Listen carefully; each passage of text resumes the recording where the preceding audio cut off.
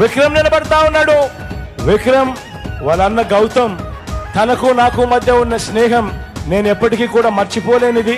గౌతమ్ తమ్ముడిగా విక్రమ్ ఈరోజు నిలబడతా ఉన్నాడు. ఈ జనరల్ ఎలక్షన్స్ లో మీ అందరి చల్లని దీవెనలు, ఆశీస్సులు విక్రమ్ పై ఉంచవలసిందిగా సవినయంగా ప్రార్థిస్తా ఉన్నా. ఎగురుతుంది జెండా మన వైఎస్ఆర్సీపీ జెండా, బిర బిర బిర బిర బిర బిర బిర బిర కదులుతుంది రథము, విక్రమణ మేనిఫెస్టో రథము.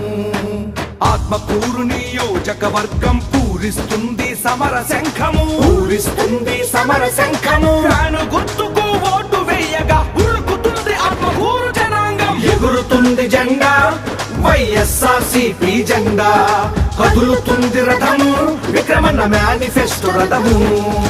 రెప రెప రెప రెప రెప రెప రెప రెప ఎగురుతుంది జెండా మన వైఎస్ఆర్సీపీ జెండా, బిర బిర బిర బిర బిర బిర బిర బిర కదులుతుంది రథము, మేకపాటి విక్రమన్న ప్రగతి రథము.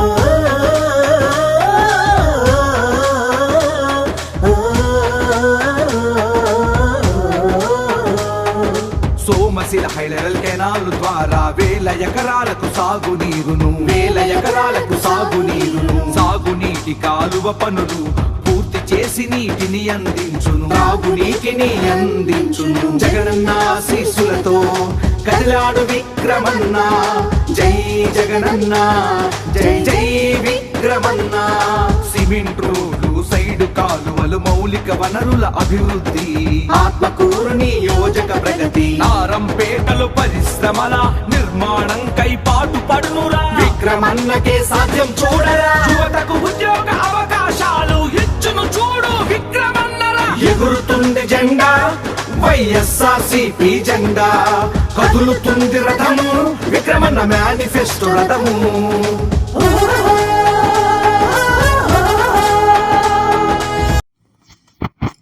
ఆత్మకూరులో సునామీని తలపించిన వైఎస్ఆర్సీపీ బైక్ ర్యాలీ. స్థానిక శాసనసభ్యులు మేకపాటి విక్రమ్ రెడ్డి ఆధ్వర్యంలో ప్రచారంలో చివరి రోజు ఆత్మకూరులో నిర్వహించిన బైక్ ర్యాలీ కానీ విని ఎరుగని విధంగా జరిగింది. వేలాదిగా వైఎస్ఆర్సీపీ కాంగ్రెస్ పార్టీ కార్యకర్తలు, అభిమానులు, ప్రజలు స్వచ్ఛందంగా తరలివచ్చారు. ఎక్కడ చూసినా ఇసుక వేస్తే రాలనంత జనం కనిపించారు.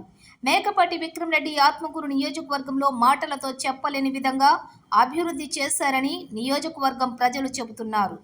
కోట్ల రూపాయలు ఖర్చు పెట్టి అభివృద్ధి అంటే ఏమిటో జిల్లా ప్రజలతో పాటు నియోజకవర్గం ప్రజలకు చూపించారు. జిల్లా చరిత్రలో ఎప్పుడు ఎక్కడా లేని విధంగా జాబ్ మేళా అనే నూతన కార్యక్రమం ఏర్పాటు చేసి వేలాది మంది నిరుద్యోగులకు ఉపాధి కల్పించిన ఘనత మేకపాటి విక్రమ్ రెడ్డికి దక్కుతుంది. అదేవిధంగా శతాబ్దాలు తరబడి ఆత్మకూరులో బస్టాండు లేక ప్రజలు నానా అవస్థలు పడుతూ ఉంటే చూసి చలించిపోయిన విక్రమ్ రెడ్డి తన సొంత నిధులతో కోట్ల రూపాయలు ఖర్చు చేసి ఆర్టీసీ బస్టాండ్ కూడా ఏర్పాటు చేశారు. ఇలా ఒకటేమిటి, చెప్పుకుంటూ పోతే ఎన్నెన్నో ఉన్నాయి. అందుకే ఆత్మకూరు నియోజకవర్గం ప్రజలు మేకపాటి విక్రమ్ రెడ్డి ఎక్కడికి వెళ్ళినా బ్రహ్మరథం పడుతున్నారు. వయసులో చాలా చిన్నవాడైన మేకపాటి విక్రమ్ రెడ్డి ప్రతి ఒక్కరిని కలుపుకుపోయే తీరు చూస్తే ఎవరైనా సరే విక్రమ్ రెడ్డికి సెల్యూట్ కొట్టాల్సిందే. గడప గడపకు మన ప్రభుత్వం అనే కార్యక్రమం ద్వారా, అలాగే విజయీభవ అనే కార్యక్రమం ద్వారా ప్రతి గడప తొక్కిన ఏకైక వీరుడు విక్రమ్ రెడ్డి. వెళ్ళిన ప్రతి చోట కూడా మేకపాటి విక్రమ్ రెడ్డికి ప్రజలు ఘన స్వాగతం పలికారు. మహిళలే కాకుండా పురుషులు కూడా గుమ్మడికాయలతో దిష్టి తీసి పూల వర్షం కురిపించడం విశేషం. అలాగే ఎవరైనా ఎక్కడైనా ఆపదలో ఉన్నాము అంటే ప్రభుత్వం నుండి వచ్చే ఆర్థిక సహాయం కోసం ఎదురు చూడకుండా అక్కడికక్కడే తన సొంత నిధులను అందించటం మేకపాటి మంచి మనసుకు నిదర్శనం. మేకపాటి విక్రమ్ రెడ్డి మంచి మనసుకు ప్రజలు కూడా ఖుషి అవుతున్నారు. ఇలాంటి ఎమ్మెల్యేను తాము ఇంతవరకు చూడలేదని ఆనందం వ్యక్తం చేస్తున్నారు. ఎమ్మెల్యేగా కేవలం 2 సంవత్సరాలు మాత్రమే అనుభవం ఉన్నప్పటికీ ఎంతో అనుభవం ఉన్న నాయకుడిలాగా ప్రతి ఒక్కరిని పలకరిస్తూ చిరునవ్వులతో ముందుకు సాగుతూ నేనున్నానంటూ భరోసా ఇవ్వటం మేకపాటి విక్రమ్ రెడ్డికి దక్కుతుందని నియోజకవర్గం ప్రజలు కుండ బద్దలు కొట్టినట్లుగా చెబుతున్నారు. అందుకే ఇటీవల కాలంలో ఆత్మకూరు నియోజకవర్గంలో వైఎస్ఆర్ కాంగ్రెస్ పార్టీలోకి వలసలు కూడా భారీగా జోరందుకున్నాయి అని చెప్పుకోవచ్చు. నియోజకవర్గంలోని ఆత్మకూరు టౌన్, ఆత్మకూరు రూరల్, మర్రిపాడు, ఏఎస్పేట, చేజర్ల, అనంతసాగరం మండలాల్లో విక్రమ్ రెడ్డి చేపట్టిన విజయీభవ యాత్రకు అపూర్వమైన స్వాగతం లభించింది. ఎక్కడ కూడా ఎలాంటి వివాదాలకు తావు లేకుండా ప్రతి ఒక్కరూ మేకపాటి విక్రమ్ రెడ్డిని గుండెల్లో పెట్టుకొని చూసుకున్నారు.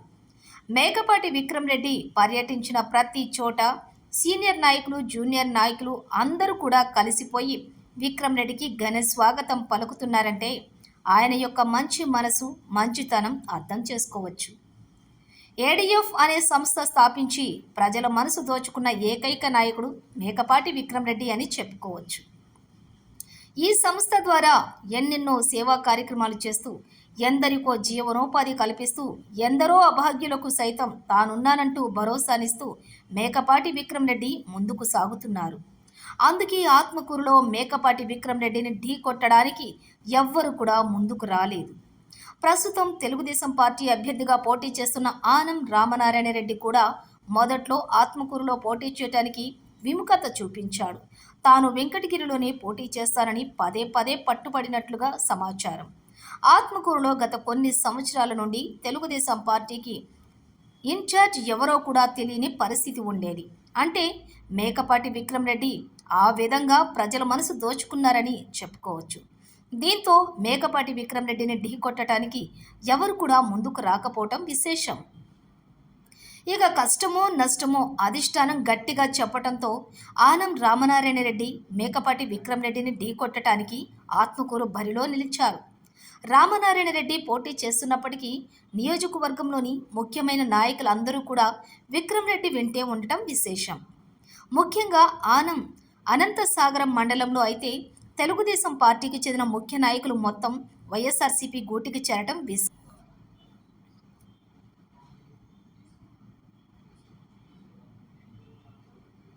ఆత్మకూరు బరిలో నిలిచారు. రామనారాయణ రెడ్డి పోటీ చేస్తున్నప్పటికీ నియోజకవర్గంలోని ముఖ్యమైన నాయకులందరూ కూడా విక్రమ్ రెడ్డి వెంటే ఉండటం విశేషం. ముఖ్యంగా అనంతసాగరం మండలంలో అయితే తెలుగుదేశం పార్టీకి చెందిన ముఖ్య నాయకులు మొత్తం వైఎస్ఆర్సీపీ గూటికి చేరటం విశేషం. అనంతసాగరం మండలం నుండి వైఎస్ఆర్ కాంగ్రెస్ పార్టీకి 6,000 నుండి 10,000 వరకు మెజారిటీ వచ్చే అవకాశాలు పుష్కలంగా కనిపిస్తున్నాయి. అందుకే మేకపాటి విక్రమ్ రెడ్డి కూడా చాలా చోట్ల మాట్లాడుతూ 40,000కు పైగా మెజారిటీకి పైగా గెలుస్తామని ధీమా వ్యక్తం చేస్తున్నారు. తాను చేసిన అభివృద్ధి, జగన్మోహన్ రెడ్డి ప్రవేశపెట్టిన నవరత్నాలు భారీ మెజారిటీతో గెలిపిస్తాయని మేకపాటి విక్రమ్ రెడ్డి పదే పదే చెప్పడం విశేషం. పార్టీలకు అతీతంగా ఎవరైనా మేకపాటి విక్రమ్ రెడ్డిని కలిసి తమ సమస్య చెప్పుకుంటే చిరునవ్వులతో వారి సమస్య తీర్చడం ఆయన యొక్క గొప్పతనం. ఏ రోజు కూడా ఆత్మకూరు ఎమ్మెల్యే మొహంలో కోపం చూడలేదని, ఎలాంటి పరిస్థితుల్లో కూడా చిరునవ్వుతోనే సమాధానమిస్తాడని నియోజకవర్గంలోని ప్రజలు మీడియాతో చెప్పడం విశేషం. తామంతా మేకపాటి విక్రమ్ రెడ్డి వెంటే ఉంటామని, ఏ రోజు ఏ పార్టీలో ఉంటారో తెలియని నాయకులు వెంట మేము వెళ్ళము అని నియోజకవర్గంలోని ప్రజలు చెప్పడం విశేషం.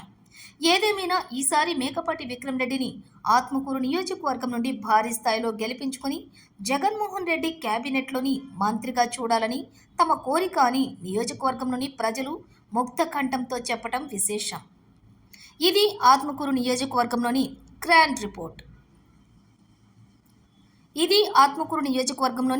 రిపోర్ట్. Reporter yes Haribabu. బిల్డింగ్లు కట్టి మీ అందరికి పరిపాలన గ్రామ స్థాయికి తీసుకొచ్చారు. ఎక్కడా బయటికి పోకుండా ఒక్క రూపాయి లంచం లేకుండా ఈరోజు అన్ని ప్రభుత్వ సేవలు అందుతున్నాయంటే మన ముఖ్యమంత్రి గారు పెట్టిన వ్యవస్థ వల్ల. వాలంటీర్ కానీ, సచివాలయం కానీ ఇట్లాంటి రకరకాలుగా పెట్టి మీకెవ్వరికి అడుక్కునే పరిస్థితి లేకుండా తీసుకొచ్చారు మన ముఖ్యమంత్రి గారు.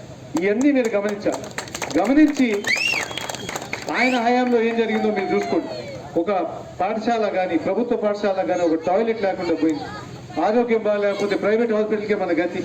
ఇట్లాంటి వ్యవస్థలన్నీ తీసేసి ఈరోజు ముఖ్యమంత్రి గారు ఎంతో గొప్ప వ్యవస్థ తీసుకొచ్చారు. అందుకే ఆయన ఒక గొప్ప పిలుపిచ్చారు.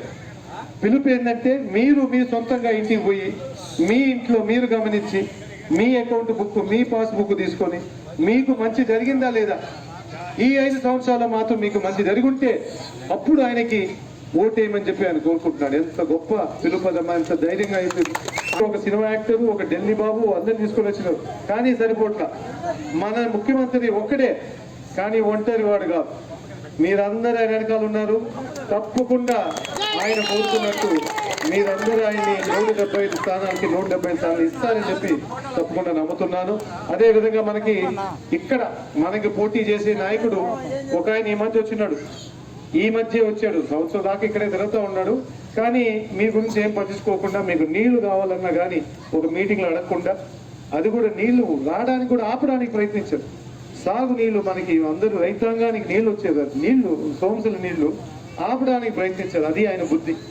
ఏంటంటే మీరు నష్టపోయినా పర్వాలేదు కానీ ఆయన రాజకీయంగా కొంచెం లబ్ధి పొందాలని ప్రయత్నించారు.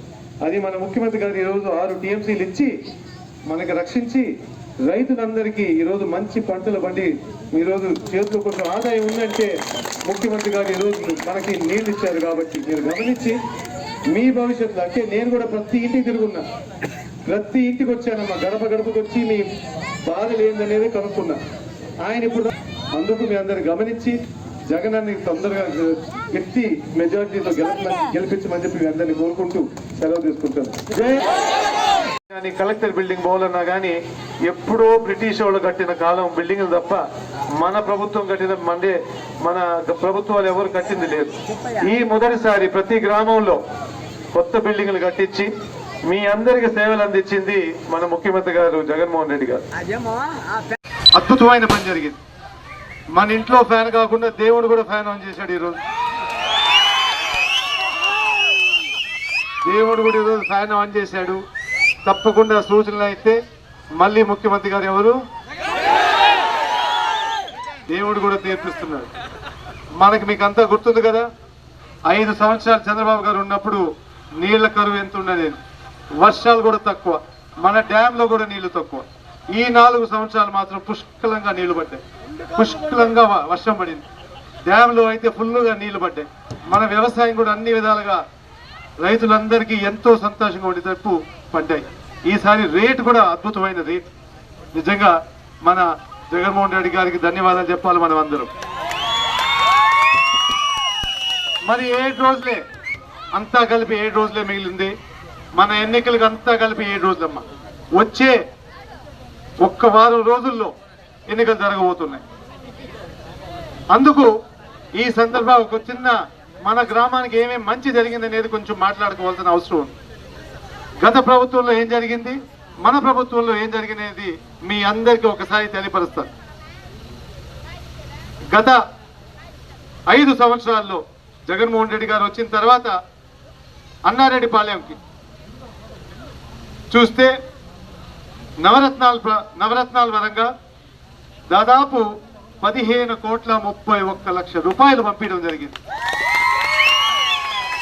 అంటే పెన్షన్ కానీ, అమ్మఒడి కానీ, రైతు భరోసా కానీ, చేయూత కానీ, ఆసరా కానీ రకరకాలుగా ప్రతి ఒక్కరికి ఏదో ఒక సహాయం పంపించి 15,31,00,000 రూపాయలు పంపించడం జరిగింది ఈ గ్రామానికి. మళ్ళీ రోడ్లకి, డ్రైన్కి ఈ గ్రామానికి 1,40,00,000 రూపాయలు కేటాయించడం జరిగింది. 2 కలిపితే 17 కోట్ల రూపాయలు ఈ ఒక్క పంచాయతీకే ఈ 5 సంవత్సరాలు పంపించడం జరిగింది. ఈ ఒక్క 5 సంవత్సరాల్లో చంద్రబాబు గారి హయాంలో ఎంత పంపించారో ఒకసారి చదవమంటారు. 62 లక్షల రూపాయలు. ఆయన హయాంలో 5 సంవత్సరాల్లో ఈ గ్రామానికి పంపించింది 62 లక్షలు. మన ప్రభుత్వం, జగనన్న ప్రభుత్వంలో 17 కోట్ల రూపాయలు పంపించడం జరిగింది. అంటే వచ్చే 5 సంవత్సరాలు ఎవరు కావాలి మనకి? చాలు కదా. ఆయన ఎంత అబద్ధాలు చెప్పినా కానీ, ఎన్ని హామీలు ఇచ్చినా కానీ చేసింది ఒక్కరే, అది మన జగన్మోహన్ రెడ్డి గారు. ఈరోజు ఎక్కడైనా దేశంలో నమ్మకమైన నాయకుడు అంటే దానికి మన పుస్తకాల్లో జగన్ అని రాసుకో. ఆ విధంగా ఆయన 5 సంవత్సరాల్లో, ఆయన పరిపాలించిన 5 సంవత్సరాల్లో రుణమాఫీ చేస్తా అన్నాడు. ఏమైంది? దాని తర్వాత మహిళలందరికీ బస్ పాస్ ఫ్రీగా చేస్తా అన్నాడు, ఎగ్గొట్టాడు. మళ్ళీ ఉద్యోగం, ఇంటింటికి ఒక ఉద్యోగం అన్నారు, ఎగ్గొట్టాడు. ఉద్యోగం లేకపోతే 2,000 ఇస్తా అన్నాడు, ఎగ్గొట్టాడు. పొదుపు సంఘాలకు ఏం చెప్పాడు? 15,000 కోట్లు మీకు ఇస్తాను, మీ ఏం భయపడబాకండి, మీ రుణాలన్నీ తీర్చేస్తానని చెప్పారు. కరెక్ట్గా ఒక సంవత్సరం తర్వాత మీరు అందరూ పాపం జాలేసి కొంచెం అమ్ముడు అంటే నమ్మిచ్చి మీ అందరినీ నమ్మిచ్చాడు కాబట్టి మీరు కూడా కొంచెం నమ్మకం పెట్టుకొని ఆయన ఓటేశారు. ఓటేసిన తర్వాత ఒక సంవత్సరం రోజులు ఏం కాలేదు. ఆయన పోయి అడిగారు మళ్ళీ కొన్ని పెద్ద మనుషులు, అయ్యా అందరూ ప్రజలందరికీ చెప్పారు కదా, దాని సంగతి ఏంటంటే, ఏం పిచ్చోడుగా నువ్వు ఇవన్నీ చేస్తే నా సంగతి ఏందన్నాడు. అది కానీ మన ముఖ్యమంత్రి గారు 3,600 కిలోమీటర్లు నడిచి మన కష్టాలంతా చూసి నవరత్నాలను పెట్టి ప్రతి ఒక్కటి అమలు చేశారు. 2 సంవత్సరాలు కరోనా వచ్చింది. కరోనాలో మనకి 1,00,000 కోట్ల ఆదాయం తగ్గింది. అయినా కానీ వెనకబడకుండా ప్రతి ఒక్కరికి చెప్పిన మాట వచ్చేటట్టు ₹1 లంచం లేకుండా ఎంతో గొప్ప వ్యవస్థ తీసుకొచ్చారు మన ముఖ్యమంత్రి గారు.